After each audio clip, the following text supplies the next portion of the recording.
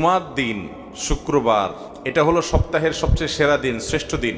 এটা হলো ইমানদারের জন্য ঈদের দিন, গরিবের উৎসবের দিন, সাপ্তাহিক ঈদ।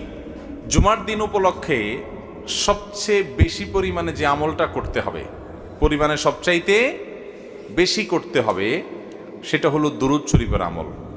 কিসের আমল? কারণ নবী করিম সাল্লাল্লাহু আলাইহি ওয়াসাল্লাম বলেছেন, আকফিরু আলাইয়া মিনাস সালাতি মিন ইয়াউমিল জুমআতি ওয়া লাইলাতিল জুমআহ। তোমরা জুমার দিন এবং জুমার রাত হলো বৃহস্পতিবার দিবাগত রাত, অর্থাৎ বৃহস্পতিবার সূর্য অস্ত হয়ে গেছে, জুমার দিন শুরু। তো এই জুমার রাত এবং জুমার দিন, এই উভয়টাতে তোমরা আমার প্রতি বেশি বেশি করে দুরূদ প্রেরণ করো, আমার জন্য আল্লাহর কাছে দোয়া পেশ করো।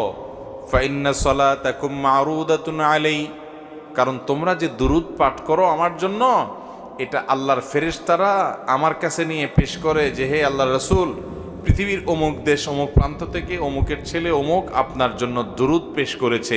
এটা তোমাদের এই রিপোর্টটা আল্লাহর ফেরেশতা আমার কাছে বলে, উপস্থিত করে। এই জন্য তোমরা জুমার দিনে আসলে বেশি বেশি করে দুরূদ পাঠ করবা।